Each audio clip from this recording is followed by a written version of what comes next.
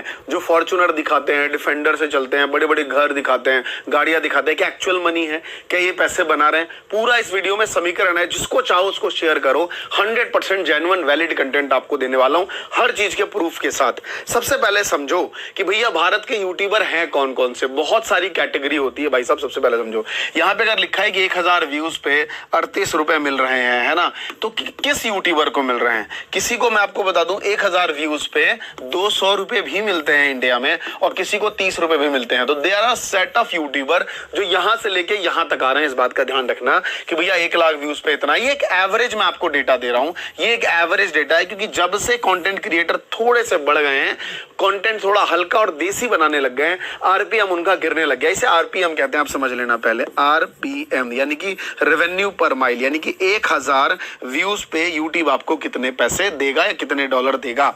चलिए सबसे पहले समझते हैं भारत के यूट्यूबर पैसा कैसे कमाते हैं।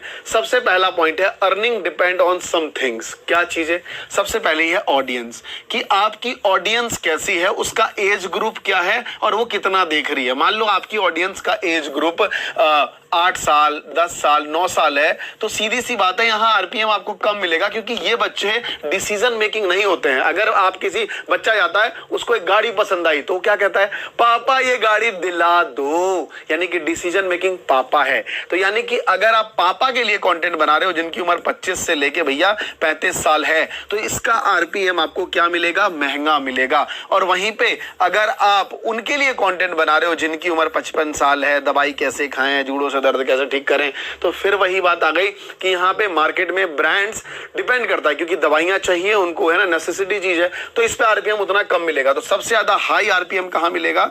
यहां मिलेगा, इस जगह पे। ये हाई आरपीएम गेम है इस वाले पॉइंट पे। वॉच टाइम, जिस वीडियो में वॉच टाइम जितना ज्यादा होगा, आरपीएम उससे ही फर्क पड़ता है। आपने 10 मिनट की वीडियो बनाई, सामने वाला आता है 1 मिनट में गायब हो जाता है, और कोई आता है 6-6 मिनट तक देखता है, तो ऑब्वियस सी बात है उस पर ज्यादा मिलेगा। क्यों? क्योंकि एड प्लेसमेंट अच्छा है उस चीजों पे। साथ में अदर थिंग, जैसे मंथ है, कोई ब्लैक फ्राइडे सेल चल रहा है, ज्यादा एडवर्टीजमेंट देते हैं, कैटेगरी के ऊपर डिपेंड करता है। अब ये बात कैसे आ गई? सबसे पहला है एजुकेशन सेक्टर। इसे निश से डिनोट करते हैं। जैसे मान लो गवर्नमेंट जॉब से रिलेटेड अपडेट दे रहे हो, कोई एग्जाम टिप्स दे रहे हो, इन सब का डॉलर ध्यान रखना 0.4 डॉलर इस हिसाब से है। तो वीडियो का टाइमिंग मोर देन 30 मिनट होता है। कोई भी अगर आप कॉम्पिटिटिव एग्जाम निकाल लें, है ना, ये है सिर्फ इंफॉर्मेशन, ध्यान रखना, मैं लिख देता हूं, ये है खाली इंफॉर्मेशन। लेकिन वहीं पे आप एजुकेशनल, तो एजुकेशनल कंटेंट जो है वो 30 मिनट, है ना, 40 मिनट, 50 मिनट बन सकता है, क्योंकि पढ़ाने वाली चीज है। एक 6 मार्क्स का क्वेश्चन अगर कोई टीचर पढ़ाना शुरू किया, वो 15 मिनट जाएगा, तो बच्चा अगर पूरा मार्क्स चैप्टर क्वेश्चन समझना चाहता है तो शुरू से एंड तक ही देखेगा ना यार। This is reality. तो ये है, अगर वीडियो का टाइमिंग 3 से 15 मिनट है तो डॉलर कम होना शुरू हो जाएंगे। आगे आ जाओ, K-12 सेक्शन, यानी कि 10वीं 12वीं, इस वाले सेक्शन में भी आरपीएम कम होता है। बट अगर 20 मिनट से ऊपर की वीडियो है, लॉन्ग वीडियो है, तो ये $1 भी चला जाता है, ध्यान रखना। सेम वही है नीट और जेई पे भी। अगर मोर देन 30 मिनट है तो ये $1.5 को भी एक बार को चला जाता है, ध्यान रखना। बट अगर आप वही टिप्स, नीट में कब पढ़े, क्या एग्जाम है, तो भैया आपका $0.4 ही टिक जाएगा, अगर आप एजुकेशनल नहीं बनाओगे, इंफॉर्मेशनल बनाओगे तो। चलो उसके बाद आते हैं क्रिप्टो।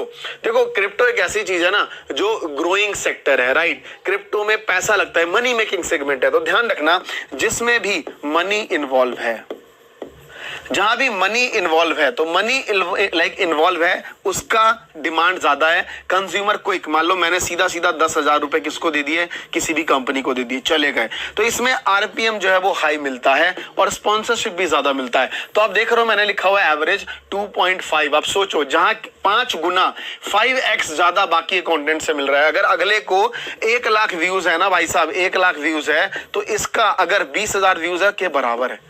तो किसी का 1,00,000 व्यूज, किसी का 20,000 व्यूज, सेम है इन टर्म्स ऑफ मनी, ये ध्यान रखना। वही मेक मनी ऑनलाइन, ये भी टॉपिक बहुत बड़ा है, $3 तक का वीडियो जिसमें चला जाता है, भले लेंथ 10 मिनट 12 मिनट ही क्यों ना हो, इस बात का आप जरूर ध्यान रखेंगे। साथ में फाइनेंस कैटेगरी है, इसमें भी $1.7, ये एक एवरेज मैं आपको बता रहा हूं, वेरी कर सकता है, किसी का $2 भी हो सकता है, किसी का $2.5 भी हो सकता है, क्योंकि फाइनेंस में लोग क्रिप्टो भी बना देते हैं, है ना। ये सब चीजें पे ध्यान रखोगे। वीडियो का लेंथ 8 से 10 मिनट 15 मिनट मिनट चलेगा, 20 मिनट भी चलेगा, मतलब लेंथ इस पे डिपेंड नहीं करती है, मोर देन 10 मिनट्स होना चाहिए अगर ये बेटर है। फिर डिजिटल मार्केटिंग, क्योंकि इसमें ना होस्टिंग आ जाती है।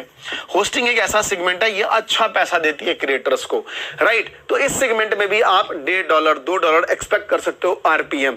और दूसरी बात, ये सब जो है ना, ये मैं बात कर रहा हूं यूट्यूब की एडसेंस रेवेन्यू की, जिसका जितना आरपीएम समझ लो उतना उसका उतना पैसा। जैसे एजुकेशन सेक्टर में ज्यादातर टीचर क्या करते हैं, ब्रांड प्रमोट नहीं करते हैं। क्यों? क्योंकि वो खुद का अपना 10वीं का मैथ, 12वीं का, जेई का किताब यही बेचने में लगे रहते हैं। तो आप उनसे बोलोगे ना, बोले नहीं हम फालतू का स्पॉन्सरशिप नहीं करते। क्यों?